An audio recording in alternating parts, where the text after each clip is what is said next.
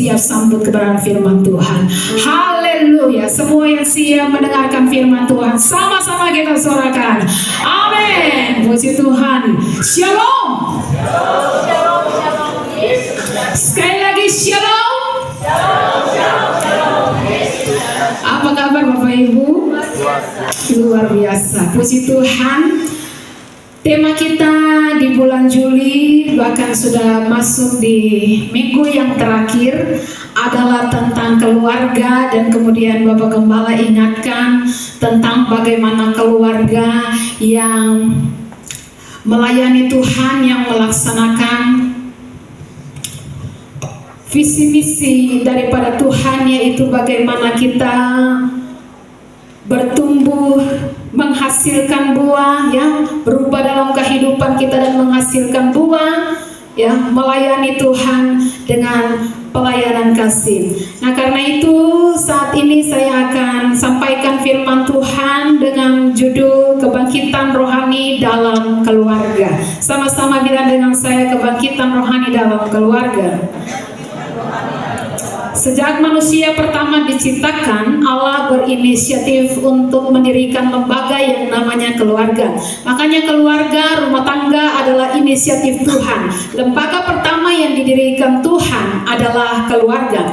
Namun sayangnya setan bekerja melalui alatnya, yaitu ular, untuk menghancurkan keluarga, dan setan berhasil memporak-porandakan keluarga pertama. Tapi kemudian kita melihat bahwa Tuhan juga memakai keluarga-keluarga yang lain lagi demi dan untuk kepentingan Tuhan. Sebut saja keluarga Nuh, keluarga Abraham, keluarga Zakaria dan Elizabeth, Yusuf dan Maria, bahkan rumah tangga lain, keluarga lain seperti Priscilla dan Aquila dan lain sebagainya. Jadi keluarga memang begitu spesial di mata Tuhan. Kita tahu bahwa waktu setan berhasil menipu keluarga, menipu suami istri pertama di Taman Eden, Tuhan tidak tinggal diam. Bahkan Tuhan begitu serius melihat sebuah keluarga, dan itu ditandai ketika Tuhan Yesus yang adalah Allah setinggi-tingginya menjelma menjadi manusia. Dan pada waktu dia menjelma jadi manusia, pelayanannya yang di bumi ini, mujizat pertama yang Tuhan lakukan adalah merubah air jadi anggur. Dan itu dilakukan di mana? Pesta pernikahan yang di Kana. Dan itu bukan kebetulan. Maka karena Allah melihat rumah tangga itu begitu serius, kita sebagai murid-muridnya, kita sebagai anak-anak Tuhan, orang Kristen, jangan coba-coba melihat rumah tangga, keluarga dengan sebelah mata.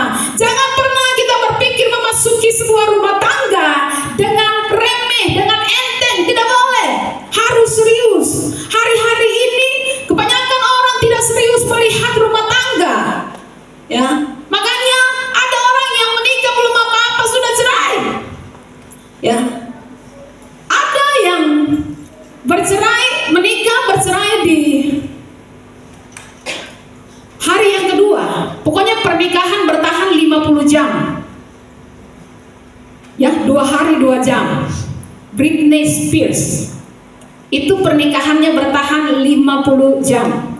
Siapa lagi? Pamela Anderson, ya, pernikahannya bertahan 12 hari cerai, ya. Jennifer Lopez, pernikahannya bertahan 5 minggu cerai. Dan ada yang paling singkat, menikah 4 jam saja cerai. Siapa? Artis Indonesia almarhum Farid Hadjah. Alasannya karena setelah menikah ternyata pengantin wanita tidak berawan. Lalu on, ya, waktu pacaran kau bicara apa saja, ya. Makanya waktu pacaran terbuka, jujur, ya. Masihkah? Ya. Kalau masih bilang masih, kalau tidak bilang tidak, terbuka, ya. Kalau ada bisul panu di mana, bilang sekali, ya. Jangan sampai gara-gara panu di belakang, bisul, ya, di ketiak mungkin, akhirnya cerai cuma gara-gara bisul, ya. Makanya kalau ada panu keskadu di mana, bilang sekali, ditanya ada pas-pas, ya, ada kurang di sebelah sini nih, ada putih-putih sedikit, kurang-kurang sedikit, sudah tahu toh, Ya, jadi waktu masuk pernikahan Susi kaget. Jangan sudah diberkati oleh hamba Tuhan, lalu cerai begitu saja. Ya. Nah, karena itu kita melihat tentang rumah tangga ini ada contoh-contoh yang Tuhan berikan dalam kehidupan kita. Setiap keluarga orang Kristen dalam menyambut kedatangan Tuhan. Lukas 17 ayat 26 hingga ayatnya yang ke-27. Lukas 17 ayat 26 hingga ayatnya yang hingga ayatnya yang ke-32. Lukas 17 ayat 26 hingga ayatnya yang ke-32. Dalam kasih Tuhan saya undang kita semua bangkit berdiri, kita baca secara bergantian. Yang wanita dari ayat 26 bergantian dengan pria hingga ayat 32. Kita bertemu di sana, baca secara bersama-sama. Mari yang wanita, 1, 2, 3.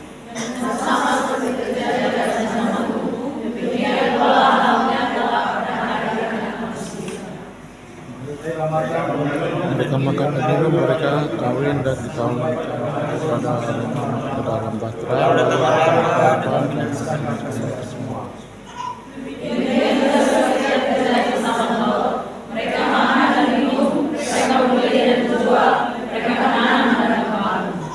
Tetapi pada hari Lot pergi keluar dari Sodom, turunlah hujan api dan hujan belerang dari langit dan membinasakan mereka semua.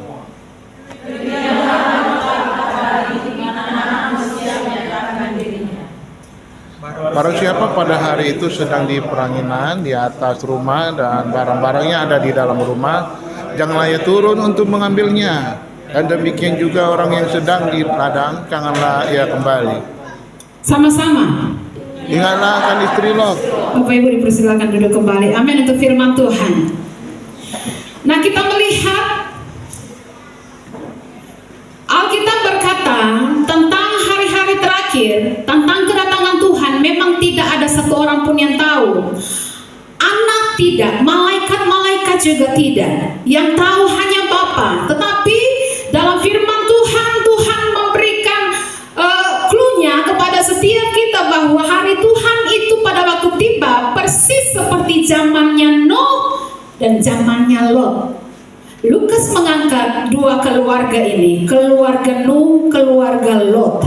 Ya, pertama yang terjadi pada zaman Nuh, demikian pula halnya kelak pada hari-hari anak manusia. Pertama kita akan melihat tentang Nuh dan keluarganya. Mereka makan, minum, mereka kawin dan dikawinkan sampai kepada hari Nuh masuk ke dalam bahtera, lalu datanglah air bah dan membinasakan mereka semua. Jadi nanti persis seperti pada zaman Nuh, orang asik dengan urusan jasmani, orang sibuk dan menghabiskan waktu dengan urusan-urusan lahiriah tanpa memikirkan Allah, dan tiba-tiba musibah datang. Ayat 28, demikian juga seperti terjadi di zaman Lot. Mereka makan dan minum, mereka membeli dan menjual, menanam dan membangun. Ini semua urusan lahiriah. Bukan tidak boleh urus lahiriah, kita harus urus untuk bertanggung jawab atas kehidupan yang Tuhan kasih. Tapi jangan sampai karena urusan lahiriah kita tidak memperhatikan kehidupan rohani kita. Kita tidak punya waktu untuk mencari Tuhan. Yohanes 6 ayatnya yang ke-27.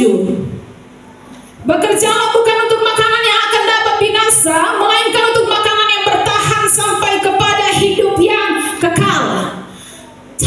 Jadi waktu kita bekerja, jangan hanya untuk makanan yang nantinya selesai, ya, untuk hidup sementara di dunia ini saja, tapi bekerjalah untuk makanan yang bertahan sampai kepada hidup yang kekal. Pesan senada Tuhan sampaikan dalam surat Timotius 1 Timotius 4 ayatnya yang ke-8. Latihan badani terbatas gunanya, tetapi ibadah itu berguna dalam segala hal karena mengandung janji baik untuk hidup ini maupun untuk hidup yang akan datang. Jadi belajar dari keluarga Nuh dan keluarga Lot, ada perbedaan yang Lukas angkat di sini. Perbedaannya adalah satunya semua keluarga diselamatkan, yang satunya ada yang tidak selamat. Keluarga Nuh selamat semuanya. Ya, yang tidak selamat adalah semua orang yang tidak menghiraukan firman Tuhan yang disampaikan oleh Nuh. Nah, kita akan melihat tentang Nuh dan keluarganya. Nuh itu yang pertama dia taat dia taat untuk melayani Tuhan, melakukan apa yang Tuhan perintahkan, taat melakukan semuanya. Ingat bahwa yang nu bangun itu bukan kapal Sabuk Nusantara. Yang nu bangun bukan tata main laut. Yang nu bangun itu bahtera bukan untuk tampung manusia saja, tapi untuk tampung semua jenis hewan, binatang sepasang demi sepasang. Karena itu Tuhan suruh bangun bahtera yang sangat besar. Dan untuk membangun bahtera itu makan waktu 100 tahun. Karena dicatat dalam firman Tuhan usia Nuh ketika Nuh menerima perintah dari Tuhan untuk bangun bahtera 500 tahun usianya. Waktu air bah turun, ya, memusnahkan bumi itu usia Nuh 600 tahun. Pada bulan yang pertama Tuhan membuka tingkap langit, semua mata-mata air Tuhan buka, bumi dimusnahkan dengan air bah. Ya. Nah, selama 100 tahun, 1 bulan itu Nuh melaksanakan semua yang Tuhan perintahkan tanpa bersungut-sungut. Bahkan Nuh memberitakan kebenaran firman Tuhan 100 tahun. Nuh taat melayani Tuhan dan memberitakan Injil. Nah, hidup kita harus maksimal bagi Tuhan dan kerajaan Allah. Amin. Hidup singkat 60, 70, 80 tahun. Tapi hidup yang singkat ini masih saja kita pikirkan hal-hal yang sementara, habis waktu dengan hal itu tanpa punya waktu untuk mencari Tuhan. Nah, ingat Bapak Ibu yang diberkati oleh Tuhan, ketika Tuhan memberikan cerita tentang Lazarus dan orang kaya di dalam Injil Lukas, kita menemukan bahwa Lazarus di dunia sengsara luar biasa, orang kaya di dunia senang luar biasa. Tapi waktu mati Lazarus ada di pangkuan Abraham. Kata firman Tuhan, orang kaya menderita di neraka. Tuhan itu adil, ya. Allah yang kita sembah, Allah yang adil, ya. Orang saleh dapat bagiannya, orang jahat dapat hukumannya. Orang jahat yang memutuskan ikut Kristus, tidak mungkin Allah tinggalkan dia. Amin. Kalau tadinya kita jahat, kita hidup begitu gelap, tapi ketika Tuhan mengaruniakan keselamatan dalam kehidupan kita, kita datang kepada Tuhan, Allah tidak akan tinggalkan kita. Allah akan menerima kita dan Dia akan dandani kita. Ya, Allahmu dan Allahku, Allah yang kita sembah, Dia tidak buta, Dia tidak tuli, Dia tahu motivasi kita, Dia tahu setiap pergerakan kita, Dia tahu setiap langkah-langkah hidup kita. Kenapa Lazarus masuk surga? Bukan karena kemiskinannya, ya, miskin tapi pemalas masuk ibadah, tetap neraka. Miskin tapi pasang toga, judi online, neraka. Miskin tapi suka intip orang mandi, neraka. Ya, kenapa orang kaya kenapa orang kaya masuk neraka? Bukan karena dia kaya, sebab tidak ada larangan jadi kaya. Ya, Ayub kaya, Hizkia kaya, Abraham kaya. Jadi kenapa si kaya masuk neraka? Karena si kaya adalah perwakilan orang yang tidak percaya kepada Yesus.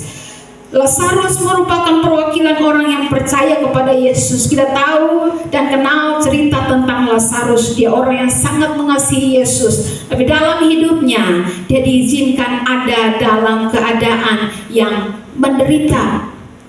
Ya, orang yang tidak percaya, orang kaya ini manifestasinya jelas terlihat.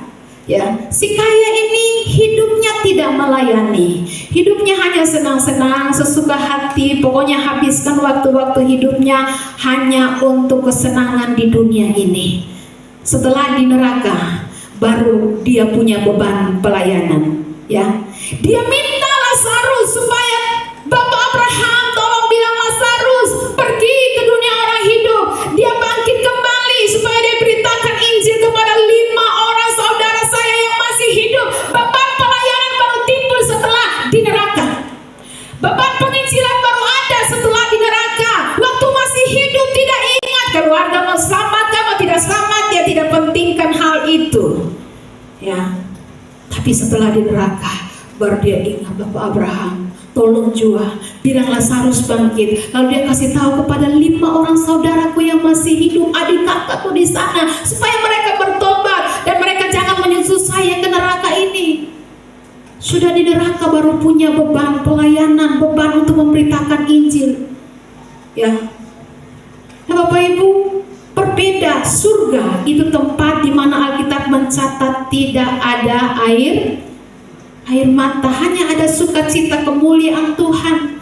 Dan untuk sampai ke sana, jalannya bernama Yesus Kristus. Tidak ada jalan lain. Dan dia tunjukkan jalannya, teladannya untuk sampai kepada kemuliaan harus melalui jalan yang bernama Via Dolorosa, jalan penderitaan. Ya, untuk sampai ke surga jalan yang bernama jalan penderitaan, karena pintunya sesak. Untuk melewati pintu itu menderita. Ya, karena itu Tuhan katakan, siapa yang mau mengikut aku, dia harus sangkal dirinya, pikul salibnya, baru ikut aku. Ya, berbeda. Neraka adalah tempat penderitaan kekal. Untuk sampai ke sana jalannya lebar. Saudara tidak perlu berjuang, tidak perlu menderita. Hidup senang-senang saja, hidup sesuai kesenanganmu, dan tidak usah tunduk pada firman Tuhan. Hidup sesuai kehendak sendiri saja, karena jalannya lebar, tidak butuh perjuangan apa-apa. Makanya tidak salah peribahasa yang berkata, bersakit-sakit dahulu, bersenang-senang kemudian. Kalau saudara mau sampai ke tempat yang senang kekal selamanya, maka jalannya itu namanya Via Dolorosa, penderitaan, berjuang. Tapi kalau saudara mau untuk menderita di akhir, mau senang-senang sekarang, mau bahagia tertawa hahaha sekarang, dan tidak hidup sesuai kehendak Tuhan, tidak mau rendah hati, memberikan hidup dituntun oleh firman Tuhan, ujungnya neraka. Hidup sesuai dengan kehendak sendiri saja, ujungnya neraka, penderitaan kekal. Betul, jalan kita bernama jalan sengsara sebab pintu itu sempit, tapi jangan takut karena Tuhan menyertai kita. Amin. Tadi malam saya katakan di Muda ketika firman Tuhan disampaikan oleh Nona Eci tentang kekudusan. Dan setelah disampaikan, mungkin ada yang duduk pikir, barat sen bisa nonton porno, sen bisa pikir cabul barat. Apalagi ini anak muda barat. Berat karena apa? Karena kita pakai kekuatan kita sendiri. Makanya kita perlu Roh Kudus. Roh Kudus itu roh penolong. Hanya roh itu yang dimeteraikan dalam kehidupan kita untuk menjelang hari Tuhan. Dia yang akan mendandani kita, menolong kita sampai kita menjadi sempurna. Untuk itu sebabnya tunduklah pada tuntunan Roh Kudus. Kenapa kita pikir berat? Karena kita tidak punya Roh Kudus. Kalau Roh Kudus ada dalam kehidupan kita, yang namanya juga Roh Kudus. Yang dia kerjakan adalah kekudusan. Kalau Roh Kudus ada dalam hidup kita, yang otomatis buahnya kekudusan dong. Ya. Makanya kenapa kita pikir itu berat? Karena kita tidak mengandalkan Yesus, kita tidak punya Roh Kudus dalam kehidupan kita sehingga kita pikir itu berat. Tapi Alkitab berkata semua orang yang menerimanya diberinya kuasa, bahkan semua orang yang percaya kepadanya Roh Kudus diberikan dalam hatinya, memeteraikan dia menjelang hari Tuhan. Ya, jadi Roh Kudus kalau ada bersama-sama dengan kita dan hidup di dalam kita, maka Roh Kudus itu akan mengerjakan kekudusan dalam hidup kita. Ya, Bapak Ibu, jangan sombong dengan semua yang kita punya di dunia ini. Kita punya tanah di dunia banyak. Ya, tanah di Dermata mungkin berhektar-hektar. 2029 katanya nanti Impeso mulai beroperasi. Oh, luar biasa, berarti tanah itu jadi emas, sudah pokoknya luar biasa. Ya, investasi yang besar. Tanah di Bomaki mungkin sekian hektar. Lalu tanah di Jalan Poros lagi hektar lagi. Masalahnya mati. Tanam di mana? Tanah 2 kali 1. 1 kali 2, 2 kali 1 lah. Ya, saudara pun tanah berhektar-hektar itu tidak pakai untuk kuburkan saudara di sana. 2x1 saja. Ya, pemilik Matahari Department Store, ya, yang tersebar di seluruh provinsi di Indonesia ini, almarhum Hari Darmawan. Ya, Matahari Department Store didirikan pada tahun 1958. Dia punya tanah ribuan hektar di seluruh Indonesia, di setiap provinsi kota ada. Tapi meninggal, sudah tahu, hilang di Sungai Ciliwung, ditemukan tersangkut di batu. Ya, nah saudara, ingat ini, jangan bangga dengan apa yang kita punya di dunia ini. Nah karena itu Tuhan mau supaya setiap kita orang yang percaya seperti dengan Nuh taat kepada firman Tuhan, Nuh taat kepada perintah Tuhan. Ketika Tuhan katakan bahwa perintahkan firman Tuhan, sampaikan kepada semua orang harus bertobat. 100 tahun Nuh beritakan, hai bertobatlah, Tuhan akan memusnahkan bumi. Tidak ada satupun orang yang bertobat dari pemberitaannya. Tapi apakah dia berhenti memberitakan firman Tuhan? Dia terus beritakan, sekalipun tidak ada orang yang bertobat, cuman dia dan keluarganya saja. Ya. Nah karena itu Tuhan mau supaya kita pun melalui kehidupan orang percaya, banyak orang datang kepada Tuhan. Amin. Ya, Tuhan pakai Nuh dan Nuh taat kepada Tuhan. Karena itu dia menjadi pribadi yang diselamatkan, dia dan keluarganya selamat pada hari Tuhan memusnahkan dunia. Ya. Dan itu pun merupakan doa Yesus di dalam kitab Injil Yohanes. Yesus berdoa supaya orang percaya kepada Yesus. Yesus berdoa supaya orang percaya melalui pemberitaan Injil, dan doa Yesus ini terjawab pada hari Pentakosta. Pada hari Pentakosta, sekalipun ada fenomena-fenomena spektakuler seperti lidah-lidah api, tiupan angin keras, ya, bahasa lidah, tapi semua itu tidak menghasilkan pertobatan, tidak menghasilkan gereja.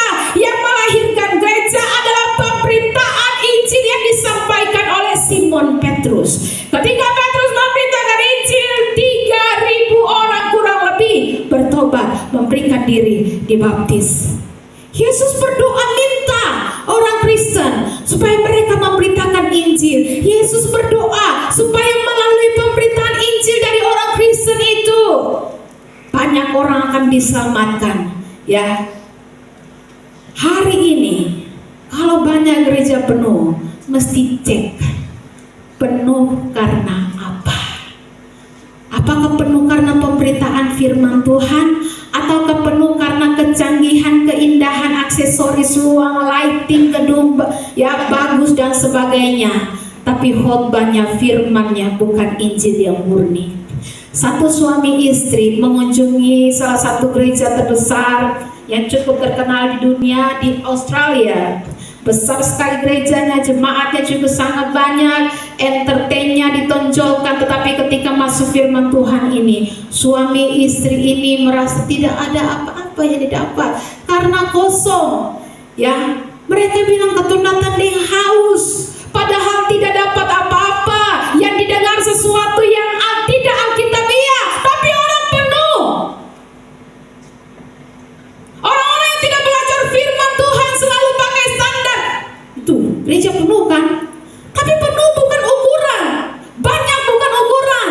Penuh karena apa dulu? Banyak karena apa dulu? Kalau penuh hanya karena tradisi turun temurun, memang sudah dari sononya, bahaya penuh yang seperti ini. Kalau penuh hanya karena entertain, bahaya. Penuh yang benar, jemaat banyak yang benar, harus karena pemberitaan Injil, itu kehendak Tuhan.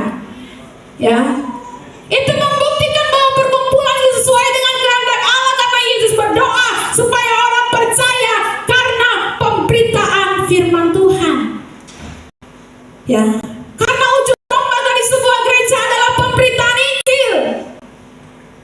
Petrus beritakan firman, gereja dilahirkan. Ya, dan itu gereja yang mula-mula. Dan setelah 3.000 orang itu dibaptis, saudara bisa lihat aktivitas yang mereka lakukan, yang menempati urutan pertama Kisah 2 ayat 41. Yang dibaptis 3.000 jiwa, dibaptis karena menerima perkataan firman Tuhan yang disampaikan Rasul Petrus. Ini Ini gereja asli, gereja pertama yang hadir di muka bumi. Maka gereja-gereja sekarang, cek kalau banyak, kalau penuh karena apa? Jangan cepat puas dengan gereja ramai-ramai. Ramai karena apa dulu? Penuh karena apa dulu? Puji Tuhan kalau gereja ramai karena pemberitaan firman Tuhan, dan itu sesuai kehendak Tuhan. Setelah dibaptis, apa aktivitas rohani mereka? Kisah 2 ayat 42 tolong bacakan bagi kita.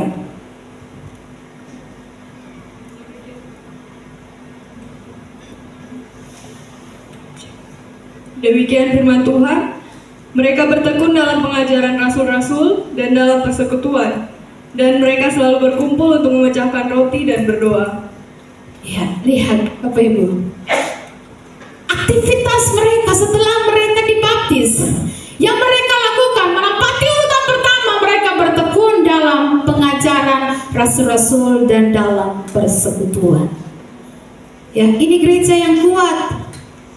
Makanya saya sangat terharu ketika lihat orang datang cari firman, orang datang beribadah, orang yang baru datang. Kenapa alasannya? Karena firman Tuhan. Itu lebih dari sukacita karena lihat mujizat orang mati bangkit.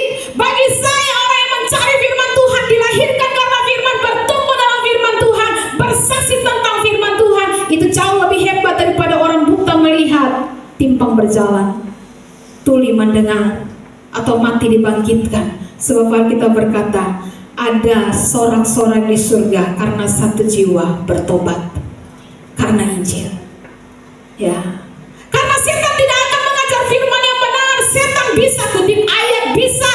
Setan bisa kutip ayat, tapi dia pakai untuk putar balikan itu. Dia tidak bisa mengajar firman yang benar. Mujizat setan bisa tiru, bahasa roh setan bisa tiru, bahkan Mesias palsu pun dia.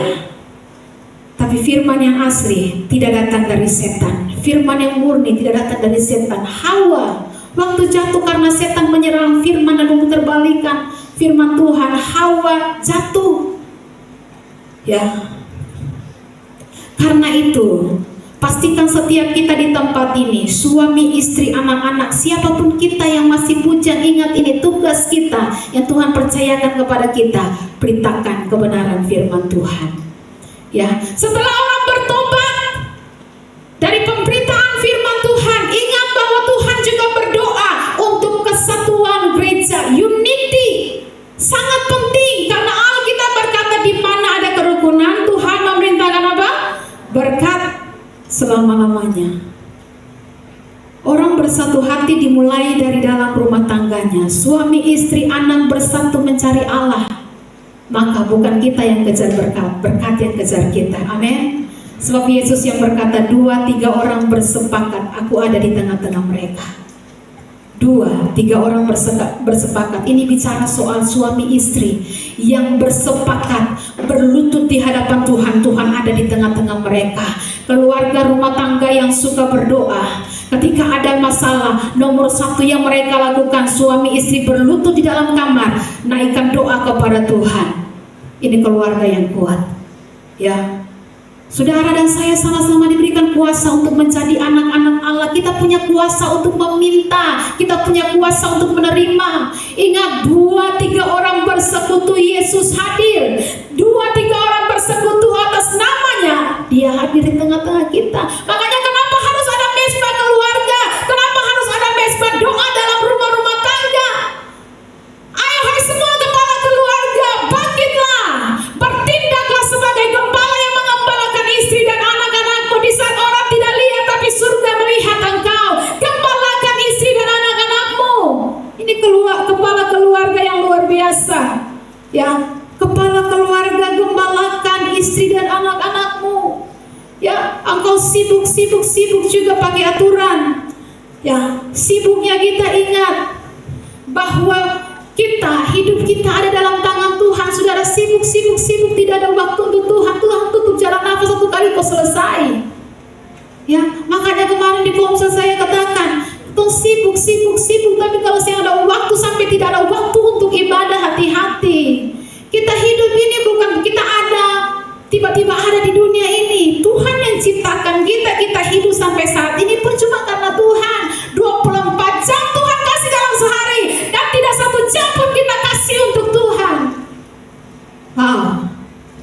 Ya. Makanya Yohanes 4 katakan Allah mencari penyembah-penyembah yang benar, yang menyembah Bapa dalam roh dan kebenaran.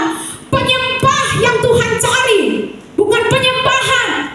Ya, bukan menyembah dalam gereja di luar bikin dosa. Yang Tuhan cari penyembah, bukan penyembahan. Kalau penyembahnya benar, penyembahannya pasti berkenan di hati Tuhan. Amin. Ya. Tuhan ingin melalui setiap kita orang percaya, banyak orang bisa dibawa pada jalan kebenaran. Apa yang kita pikirkan Bapak Ibu akan termanifestasi dalam perjalanan hidup kita. Kalau yang kita pikirkan adalah perkara-perkara duniawi, maka yang termanifestasi, yang kelihatan dalam hidup kita duniawi terus, kedagingan terus, hawa nafsu terus, orientasinya hanya uang dan uang saja. Jadi perilaku kita menentukan apa isi kepala kita. Kalau perilaku kita ya suka mencari hadirat Allah, perilaku kita perilaku yang tidak menjauhkan diri dari pertemuan-pertemuan ibadah, suka baca Alkitab, perilaku yang menjaga kekudusan, menjaga perkataan, sehingga hidup kita benar-benar menjadi kesaksian di dunia, sehingga kita benar-benar seperti surat Kristus yang terbuka. Ya, maka sudah pasti kita tahu isi kepala kita adalah firman Tuhan. Ya, makanya Bapak Ibu, setiap keluarga rumah tangga di tempat ini, jadilah seperti dengan Nuh yang tetap taat dan setia kepada perintah-perintah Tuhan. Yang kedua yang kita akan perhatikan di sini, di ayat 32 dari Lukas 17 tadi mari tampilkan. Pembacaan kita tadi di ayatnya yang ke-32 dikatakan bahwa ingatlah akan istri Lot. Siapa? Ya, istri Lot. Ya, tadi kalau Nuh semua keluarganya selamat. Yang kedua keluarga Lot ada yang tidak selamat, istri Lot. Ingat bahwa kehadiran seorang wanita dalam sebuah keluarga itu sangat-sangat penting. Makanya waktu Tuhan selesai menciptakan Adam, Tuhan melihat Adam sendiri, Tuhan berkata tidak baik manusia itu seorang diri. Maka Tuhan bilang, aku akan menciptakan seorang apa? Penolong. Wanita engkau diciptakan sebagai penolong. Istilah penolong ini di Komsel kemarin saya katakan menarik, karena istilah penolong selain diberikan kepada wanita, tapi juga diberikan kepada Roh Kudus. Roh Kudus adalah roh penolong. Nah, wanita itu panggilannya adalah penolong dalam konteks keluarga. Istri adalah penolong. Logikanya jelas di mana-mana, penolong pasti lebih kuat dari yang ditolong. Makanya kenapa di Alkitab lebih banyak janda daripada duda. Betul? Ya, tidak gampang cari perempuan. Ya, dia sudah melahirkan, dia harus bangun lebih pagi, dia urus semua. Kadang-kadang dia tidur paling lat, bangun paling pagi. Maka itu laki-laki semua di tempat ini wajib menghargai, mengasihi istrinya. Amin. Mama-mama pun suara paling kuat, bapak-bapak saya ada suara. Ya, wajib mengasihi istrinya. Bahkan laki-laki yang belum menikah, apakah saya butuh firman Tuhan? Butuh, karena engkau pasti akan menikah. Kalau ada di sini yang rencana tidak menikah? Ada? Semua rencana pasti menikah. Yang belum menikah saja, yang sudah menikah aja rencana ulang Pak ya. Nah, bapak-bapak, hargai, cintai istrimu. Berikan penghargaan bagi wanita yang kau nikahi sebagai bentuk cintamu kepada Tuhan dan kepada dia. Kalau kita istri, kita harus memberikan perhatian kepada firman Tuhan ini, karena kehadiran seorang perempuan begitu penting dalam kehidupan rumah tangga. Memang dia punya kelemahan tertentu, tapi Alkitab mencatat ada kelebihan khusus dari seorang perempuan. Jadi harusnya wanita itu menolong, jadi penolong dalam keluarga. Namun sangat disayangkan sejarah mencatat, sejak manusia pertama, perempuan yang harusnya jadi penolong justru bawa bencana dalam keluarga. Hawa yang diciptakan jadi penolong, bukan bawa berkat, malah bawa sial dalam rumah. Gara-gara dia suaminya terjerumus. Cerita dalam Kejadian 3 itu sudah pasti Hawa duluan. Yang ngomong sama setan itu Hawa. Dia ngomong dengan Allah setan, yaitu ular. Itulah penyebab kehancuran keluarga ini. Maka jangan terbiasakan ngomong dengan iblis. Jangan biasakan buka telinga kita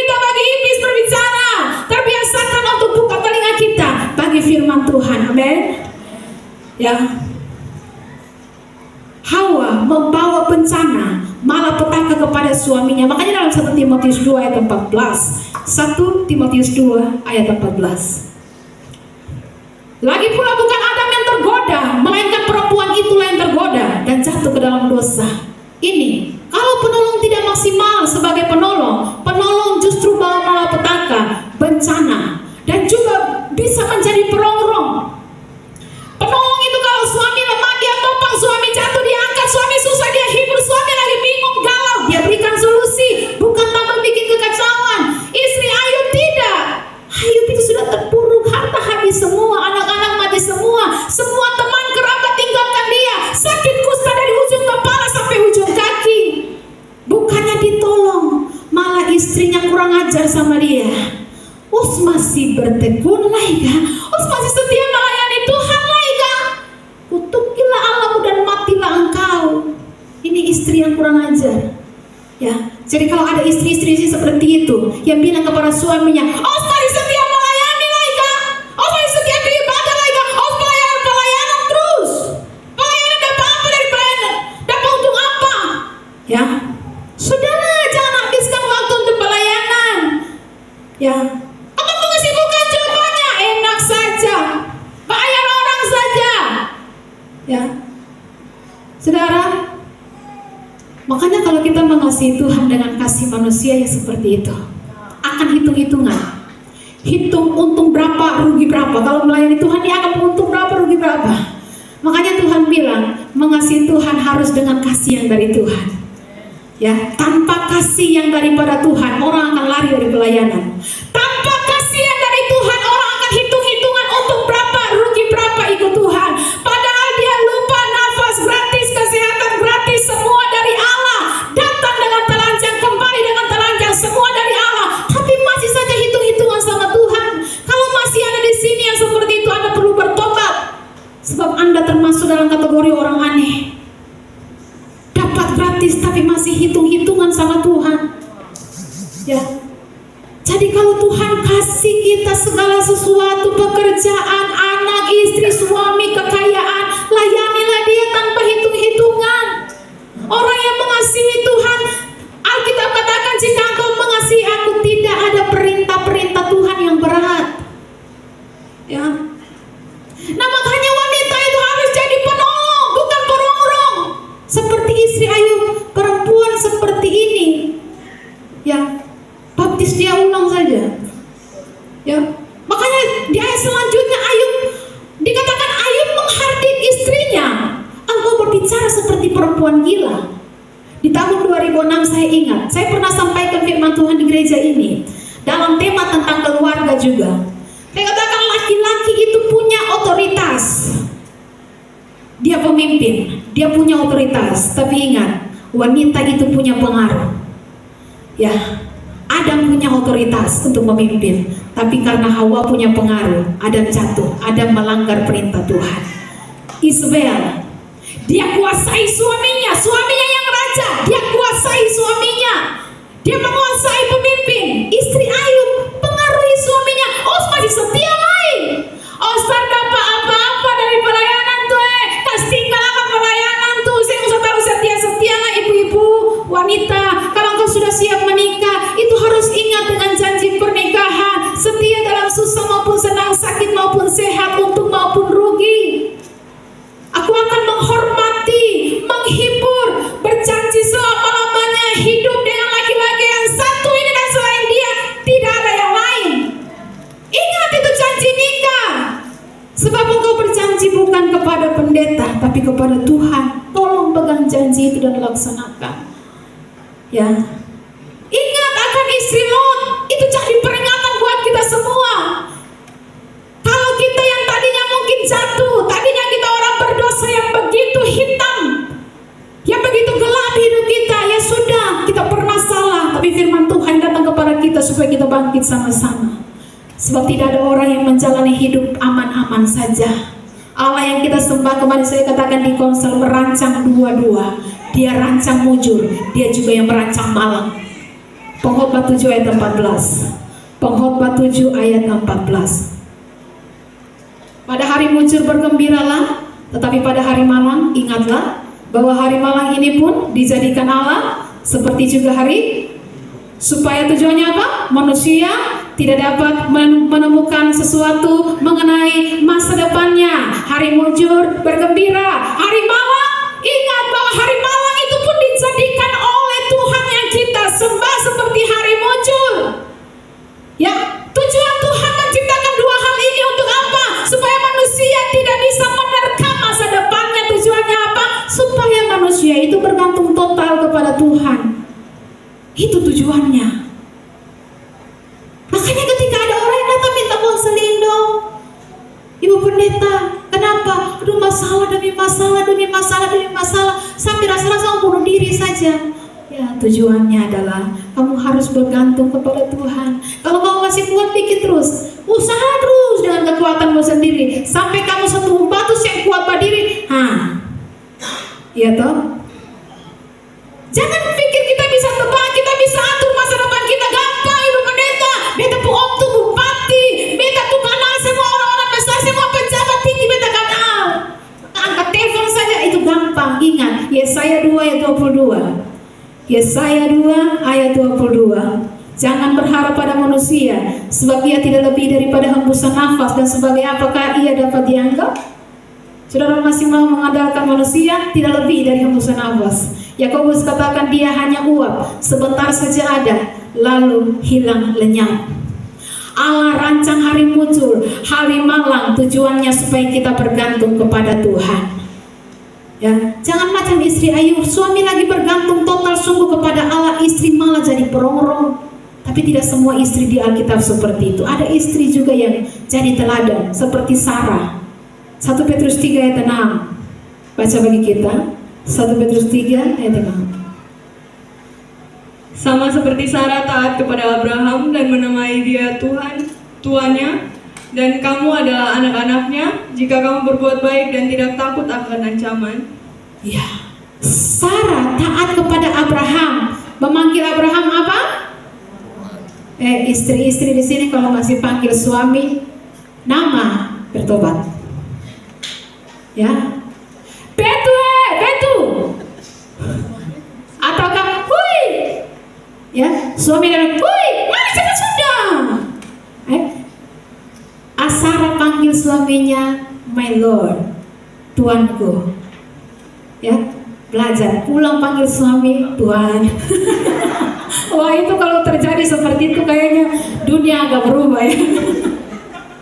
Ya, karena panggilan zaman sekarang sudah canggih. Ya, kalau Ibu Putri pulang panggil Bapak Menings my lord. Ya, luar biasa. Itu rasanya Bapak Menings mau keluar dari rumah langsung my lord, mau minum apa, mau makan apa, luar biasa. Ya, tapi sekarang kan tidak ada yang panggil begitu. Yang penting menghormati panggilan-panggilan canggih seperti kemarin saya bilang, Beb,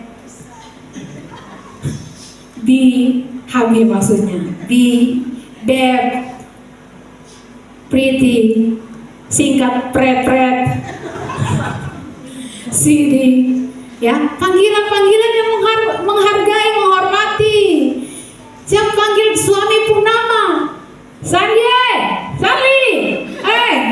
kau. Ya, hargai suami kita, dia pemimpin. Nah, karena itu dikatakan dalam firman Tuhan Amsal 19 ayat 14. Amsal 19:14, rumah dan harta adalah warisan nenek moyang, tapi istri yang berakal budi adalah karunia Tuhan. Rumah dan harta itu dari manusia, warisan nenek moyang, tapi istri yang takut akan Tuhan yang berakal budi itu karunia Tuhan. Bapak-bapak yang duduk sebelah istrinya, lihat istrimu, itu karunia Tuhan. Amin. Ya, itu istri yang luar biasa berakal budi. Harta dari tete nenek moyang bisa lenyap, tapi istri yang takut akan Tuhan akan bersama-sama dengan kita sampai kepada hidup yang kekal. Ya. Nah, karena itu Tuhan kasih ingat istri Lot. Kenapa istri Lot binasa? Kenapa dia tidak selamat? Karena yang coba Tuhan ingatkan kepada kita kalau tadi yang awal, itu taat tanpa komplain, taat seterusnya, bukan taat minggu ini, taat sampai 100 tahun itu dia taat, sampai selesai bah pun dia tetap taat kepada istri Lot, dia binasa. Kenapa? Karena dia coba-coba meremehkan firman Tuhan. Istri Lot coba-coba remehkan firman Tuhan. Ya, ingat bahwa firman Tuhan bukan hanya berisi tentang berkat, firman Tuhan juga berisi ancaman. Kejadian 19 ayat 15 hingga ayat yang ke-17. Kejadian 19, 15 hingga ayat yang ke-17. Ketika fajar telah menyingsing, kedua malaikat itu mendesak Lot supaya bersegera. Katanya, bangunlah, bawalah istrimu dan kedua anakmu yang ada di sini supaya kau jangan mati lenyap karena kedurjanaan kota ini. Ketika ia berlambat-lambat, maka tangan istri dan tangan kedua anaknya dipegang oleh kedua orang itu, sebab Tuhan hendak mengasihani dia. Lalu kedua orang itu menuntunnya keluar dan melepaskannya di sana. Sesudah kedua orang itu menuntun mereka sampai keluar, berkatalah seorang, larilah, selamatkanlah nyawamu, jangan menoleh ke belakang dan janganlah berhenti dimanapun juga di lembah Yordan. Larilah ke pegunungan supaya kau jangan mati lenyap. Ini peringatan daripada Tuhan. Istri Lot meremehkan peringatan Tuhan. Suruh lari, mai Tuhan jalan. Suruh jangan menoleh ke belakang. Dia menoleh ke belakang. Dia hanya start awal bagus lari, tapi waktu ujung-ujungnya dia berhenti dan dia menoleh ke belakang. Ayat 26 dari Kejadian 19. Ayat yang ke-26. Tetapi istri Lot yang berjalan mengikutnya menoleh ke belakang lalu menjadi tiang garam. Jangan coba-coba remehkan peringatan dari Tuhan. Amsal 13 ayat 13. Amsal 13 ayat 13. Siapa meremehkan firman, ia akan menanggung akibatnya. Tapi siapa taat kepada perintah akan menerima balasan. Ini peringatan Tuhan. Lebih keras lagi, Amsal 19 ayat 16. Amsal 19 ayat 16. Siapa berpegang pada perintah memelihara nyawanya, tapi siapa menghina firman akan mati. Itu peringatan daripada Tuhan. Siapa meremehkan firman Tuhan, dengar firman Tuhan berulang-ulang, tetap saja diremehkan, dianggap sepele. Siapa menghina firman, dia akan mati. Saudara, waktu firman Tuhan disampaikan, jangan terbiasa kita anggap remeh, jangan terbiasa kita anggap enteng firman Tuhan. Ya, sebab waktu firman Tuhan disampaikan, saya tidak sedang sampaikan saya punya pesan. Ini Tuhan punya pesan yang Tuhan sampaikan melalui saya. Jadi jangan berbuat sesuka hati. Sebab waktu kita berbuat sesuka hati terhadap firman Tuhan, kok pasti selesai. Ya, firman Tuhan ini isinya bukan hanya tentang berkat, tapi juga ada peringatan-peringatan dari Tuhan. Jadi kalau ada peringatan, ancaman dari Tuhan, tolong diperhatikan. Jangan remehkan seperti isi Lot. Suruh jalan, jangan berhenti. Suruh lari, jangan berhenti. Dia berjalan. Ya, suruh jangan menoleh ke belakang. Dia menoleh habis. Kalau mau ada kebangkitan rohani dalam keluarga, hormatilah firman Tuhan. Apapun itu, hargai firman Tuhan. Jangan dengar pendapat-pendapat orang. Apalah omong-omong tentang neraka terus. Selalu tegur-tegur dosa. Yesus omong neraka, nabi-nabi omong neraka. Lalu kita bawa otak sapanggal ini datang, kita bikin diri lebih pintar dari Tuhan. Ya, jangan omong ancaman hukuman tak lalulah. Itu Amsal tadi jelas. Siapa menghina firman akan mati. Kemarin waktu komsel saya sampaikan seorang mualaf, Agus Tan, ya, harganya Tan, namanya Agus. Tadinya seorang pengkhotbah, dia masuk Muslim. Waktu dia masuk Muslim, dia bikin satu video di YouTube. Dia angkat Alkitab, dia bilang, lihat ya, kalau saya kentutin Alkitab ini, lalu dia kentutin Alkitab itu, dia bilang, lihat ya, apakah dalam sebulan saya akan mati atau tidak? Tidak sampai sebulan. Sakit keras, tidur di tempat tidur saya bisa bergerak apa-apa. Anaknya yang perempuan yang layani. Sampai anaknya buat video juga di YouTube. Di akhir hidup bapaknya tidak sampai sebulan mati. Sesuai dengan apa yang diucapkan. Tuhan laksanakan pada waktu yang sesingkat-singkatnya. Ya. Dan waktu dia hendak mati, dia minta ampun. Katanya dia minta supaya Tuhan ampun, dia mau bertobat. Tapi dia sangat menderita, kata anak perempuannya. Ya, baik kalau si minta ampun Tuhan mau terima. Ya, ada orang yang diajak melayani Tuhan tidak mau. Tapi tapi suka kemana-mana, ke gereja-gereja, oh mau pendeta, oh mau dia buat batu begini. Ini saudara dengar, ya. Ada orang-orang yang seperti ini, tapi yang saya tahu begini, Tuhan Yesus saja dihina, apalagi cuman Rahel. Itu biasa, ya. Dan buat saya selalu hinaan, ya. Buat saya selalu apa yang menjadi hinaan dan mungkin fitnahan, itu merupakan pupuk. Sudah tahu pupuk itu kan kotoran, betul ya? Kita untuk pertumbuhan itu kita perlu pupuk. Pupuk itu bisa kotoran hewan. Ya, ada juga orang yang di kotoran manusia jadi pupuk, ada. Saya punya ipar di Ambon seperti itu, ya. Jadi pupuk itu kotoran, tapi kita butuh pupuk untuk pertumbuhan. Jadi ketika ada orang yang menghina, memfitnah, tidak usah balas. Itu pupuk, itu baik untuk pertumbuhanmu. Kalau engkau menolak, engkau tidak akan bisa bertumbuh dengan baik. Waktu engkau difitnah, dihina, terima itu. Itu bagus untuk pertumbuhan. Amin. Ya. Dan buat saya ini bukan mainan saya untuk tersinggung, kepahitan, kecewa. Itu ayam permainan, dia main-main PC di bawah. Ya, saya dilatih oleh Tuhan untuk jadi raja wali, terbang tinggi di atas dalam kemuliaan. Yang saya main adalah badai. Badai datang, saya terus naik. Bukan bermain tersinggung, kecewa, sakit hati, ya, dan kepahitan dan sebagainya. Ingat, orang sakit hati akan selalu kumpul sama orang sakit hati sehingga membentuk barisan sakit hati. Ya. Nanti semua mati dapat penglihatan.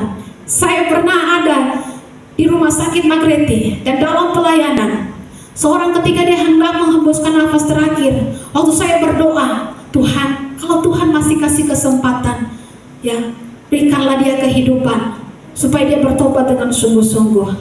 Tapi saya bilang, Tuhan tolong Kak, Tuhan tolong Kak.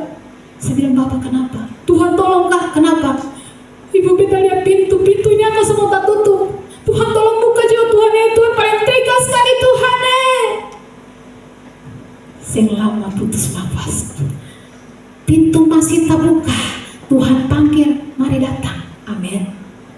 Selagi pintu surga masih terbuka buat engkau, Tuhan panggil datang. Jangan terbiasa untuk remehkan firman Tuhan. Jangan terbiasa untuk mengacungkan firman Tuhan. Pintu masih terbuka buat engkau, Tuhan panggil datang. Jangan sampai pintu semua tertutup. Saudara minta buka, pintu saya terbuka, pintu tertutup. Karena lu terlalu main gila. Ingat, hidup kita sementara. Semua kita lagi tunggu nomor antrian. Maka diberkatilah kita yang mungkin tadinya hidup dalam kejahatan, tapi kemudian ketika dengar firman Tuhan, kita mau datang kepada Tuhan dengan tidak mengeraskan hati. Sebab kalau kita keraskan hati, kita rugi besar. Zakaria 7 ayat 8 hingga yang ke-13. Zakaria 7 ayat 8 hingga 13, tolong bacakan.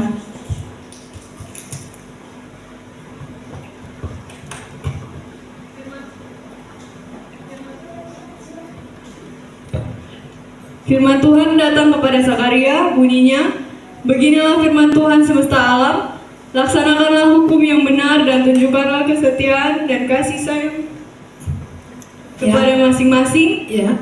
Janganlah menindas janda dan anak yatim, orang asing dan orang miskin, dan janganlah merancang kejahatan dalam hatimu terhadap masing-masing. Tetapi mereka tidak mau menghiraukan. Dilintangkannya bahunya untuk melawan dan ditulikannya telinganya supaya jangan mendengar. Pura-pura tuli. Ya. Lalu Mereka membuat hati mereka keras seperti batu Amril, ya. supaya jangan mendengar pengajaran dan firman yang disampaikan Tuhan semesta alam melalui rohnya dengan perantaran para nabi yang dahulu. Oleh sebab itu datang murka yang hebat daripada Tuhan. Seperti mereka tidak mau mendengarkan pada waktu dipanggil, demikianlah aku tidak mendengarkan pada waktu mereka berpanggil. Demikian juga aku tidak akan mendengarkan pada waktu mereka memanggil firman Tuhan semesta alam. Kalau Tuhan panggil kita pura-pura tuli, maka akan ada waktu di mana ketika kita panggil Tuhan, Tuhan akan pura-pura tuli dengan kita. Ya. Tapi kalau waktu Tuhan panggil kita, kita langsung datang dan tidak mengeraskan hati, maka waktu kita panggil Tuhan, kita baru duduk meneteskan air mata Ya, masalahnya yang bikin tuli diri, yang suka melawan ini kan sebenarnya manusia lemah yang Alkitab bilang tidak lebih dari hembusan nafas. Hidup seperti uap, sebentar ada kelihatan lenyap, tapi bisa bikin diri kayak kuat macam hebat saja. Melawan firman Tuhan lagi. Saudara yang masih dipanggil oleh Tuhan lebih baik datang. Kalau saudara masih bernafas sampai saat ini, firman Tuhan datang, lebih baik bertobat. Sebab kami tidak panggil saudara untuk minta saudara kekayaan, kita panggil saudara untuk cinta Tuhan. Amin.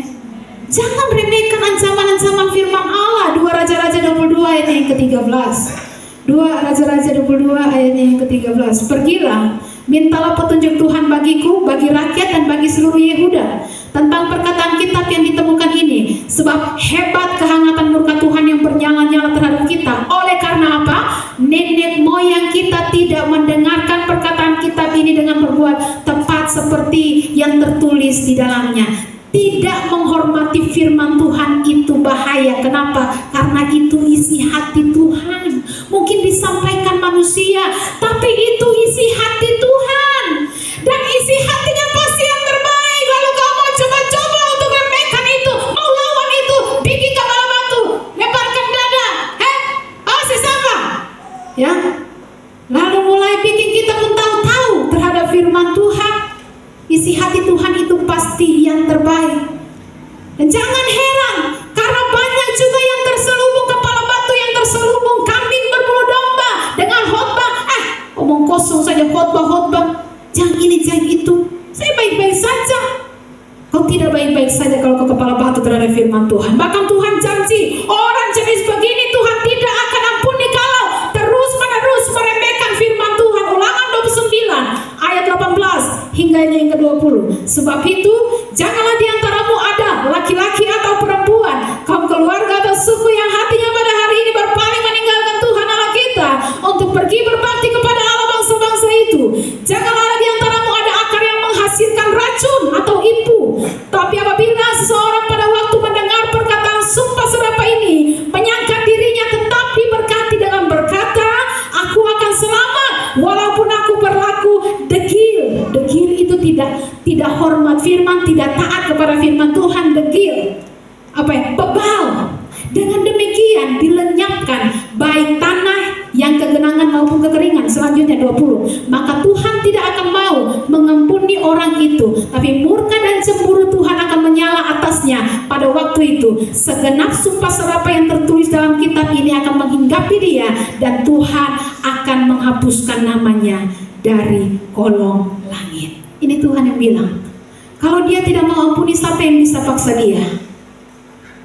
Hai ibu pendeta, omong kosong saja. Bertobat apa? Kita sampai sekarang masih pasang togel, masih pornografi jalan terus, kita masih pikir cabul jalan terus, masih sehat-sehat saja, aman-aman saja ibu pendeta. Saudara, tidak baik-baik saja. Tuhan bilang jangan coba-coba tambah, jangan kurang. Sebab kalau engkau tambah, semua malapetaka ini saya akan taruh di kau. Kalau engkau kurangi, saya akan cabut engkau dari pohon kehidupan. Wahyu 22 ayatnya yang ke-18. Wahyu 22 ayat 18. Mari bacakan secara cepat. Aku bersaksi kepada setiap orang yang mendengar perkataan-perkataan nubuat dari kitab ini. Aku bersaksi kepada setiap orang yang mendengarkan firman Tuhan. Jika seorang menambahkan sesuatu kepada perkataan-perkataan ini, Ya, maka Allah akan menambahkan kepadanya malapetaka-malapetaka yang tertulis di dalam kitab ini. selanjutnya. Dan jikalau seorang mengurangkan sesuatu dari perkataan-perkataan dari kitab nubuat ini, maka Allah akan mengambil bagiannya dari pohon kehidupan dan dari kota kudus seperti yang tertulis di dalam kitab ini. Jangan tambah, jangan kurangi. Tidak boleh saudara main-main dengan perkataan firman Tuhan. Jangan sesuka hati kita terhadap perkataan Allah. Saya cuma hamba Tuhan, sampaikan apa yang jadi isi hati Tuhan. Kalau kita rasa berat, kita yang harus selaraskan diri, rendahkan hati kita untuk tunduk pada firman Tuhan. Bukan firman Tuhan yang harus disesuaikan dengan kita punya keinginan, bukan. Bapak Ibu yang mau ikut Tuhan, mari ikut Tuhan sungguh-sungguh. Jangan pernah menoleh ke belakang seperti istri Lot. Amin. Jangan anggap remeh firman Tuhan. Coba-coba, apalagi coba-coba anggap remeh firman Tuhan. Kalau sampai hari ini engkau masih bernafas, bertobatlah. Jangan sampai pintu itu ditutup. Engkau menangis sampai air mata darah pun, kalau Tuhan sudah tutup, tidak ada satupun yang bisa membuka. selagi kesempatan masih ada, engkau masih bernafas dengan sehat, jangan pernah remehkan firman Tuhan. Saya berdosa kalau saya tidak ngomong sekarang. Saudara tahu, Eli ketika beberapa minggu lalu ada sharing firman Tuhan di sini, ya, berbicara tentang Eli ditegur Tuhan karena dia tidak menegur anak-anaknya, dia tidak sampaikan kebenaran firman Tuhan supaya anak-anaknya bertobat dari dosa-dosa mereka. Dia dihukum Tuhan, jatuh, batang lehernya patah karena tidak mau menyampaikan firman Tuhan, menegur anak-anaknya supaya bertobat. Saya berdosa kepada Tuhan kalau saya tidak sampaikan kepada kita untuk kita betul-betul bertobat. Jangan coba-coba remehkan firman Tuhan. Ingat janji-janjimu waktu kamu susah, waktu kamu hampir mati, lalu kamu berjanji kepada Tuhan mengemis buat Tuhan Allah, kalau engkau kasih kesempatan hidup kepada saya akan serahkan hidup ini sungguh-sungguh buat Tuhan. Ingat itu, Tuhan kita hidup dan dia tidak pernah berubah. Ingat janji kita waktu kita susah, dililit masalah, Tuhan kasih jalan terbuka. Jangan sampai Tuhan kasih jalan terbuka bukan jadi jalan ke surga, malah jadi jalan ke neraka. Karena waktu kita lihat masalah sudah selesai, kita berhenti untuk sungguh-sungguh dengan Tuhan, itu jadi jalan ke neraka. Ingat, tujuan Tuhan meluaskan semua masalah terjadi dalam kehidupan kita agar kita bergantung sama Tuhan. Itu tujuannya, itu goalnya. Jadi setelah masalah kita selesai, Tuhan pulihkan kita. Mungkin Tuhan selesaikan kita punya masalah utang piutang dan sebagainya. Saya katakan kepada satu kekasih yang minta konseling, kalau Tuhan sudah selesaikan masalahmu, ingat, tujuannya bukan supaya masalahmu selesai, tapi supaya engkau tetap hidup bergantung kepada Tuhan. Karena berani engkau tidak bergantung kepada Tuhan, hal yang lebih berat akan terjadi dalam kehidupanmu, kata Tuhan. Hal yang lebih parah akan terjadi menimpa engkau. Maka tujuan hidupmu adalah bergantunglah sungguh, andalkan Tuhan. Tetaplah hidup dalam keintiman dengan Tuhan, bukan supaya masalah selesai, puji Tuhan, tapi tetaplah bergantung sungguh-sungguh kepada Tuhan. Jangan sampai jalan keluar yang Tuhan berikan bukan cari jalan ke surga, tapi cari jalan ke neraka. Karena kita pikir masalah sudah selesai, kita mulai berkurang kesetiaan kita dan mulai meninggalkan Tuhan. Yesus bilang, Lukas 9 ayat 62. Lukas 9 ayat 62.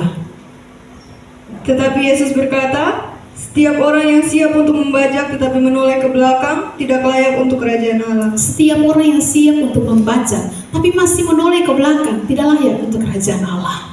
Siap melayani, siap ikut Tuhan, tapi masih seperti isi Lot, masih korek-korek di belakang, kau habis nanti. Ya, itu peringatan dari Tuhan. Jadi dengar ini baik Bapak Ibu. Sekali Yesus, selamanya Yesus. Sekali maju, teruslah maju. Sekali bertobat, tetaplah bertobat. Tuhan pasti kasih kekuatan. Roh Kudus pasti bantu kita, tolong kita. Dan kita akan merasakan kepuasan secara rohani, keindahan bersama dengan Tuhan. Jangan coba-coba meremehkan firman Tuhan. Amin. Mari supaya keluarga kita ada dalam kebangkitan, tidak seperti dengan istri Lot. Mari jangan pernah meremehkan firman Tuhan. Rendahkan hati kita, berikan diri kita untuk dibantu. Saya pernah katakan, Tuhan itu menggembalakan domba, bukan kambing. Akhirnya nanti pada hari terakhir Tuhan akan memisahkan kambing di sebelah kiri, domba di sebelah kanan. Ya, domba itu adalah hewan yang bodoh, yang bersedia untuk dituntun. Dia kenal suara pemimpinnya, dia kenal suara pemiliknya. Ya, dia bodoh saja. Jadi pemimpinnya mau bawa dia kemanapun, dia hanya ikut saja, dia taat saja. Beda dengan kambing. Hendaklah kita tidak seperti dengan kambing-kambing yang suka untuk menanduk, yang suka untuk melawan. Tapi waktu firman Tuhan datang, terima itu dan laksanakan seperti dengan Nuh. Dia taat seterusnya dan sampai selama-lamanya. Amin untuk firman Tuhan. Mari saya undang pemain musik maju ke depan. Terima kasih Tuhan.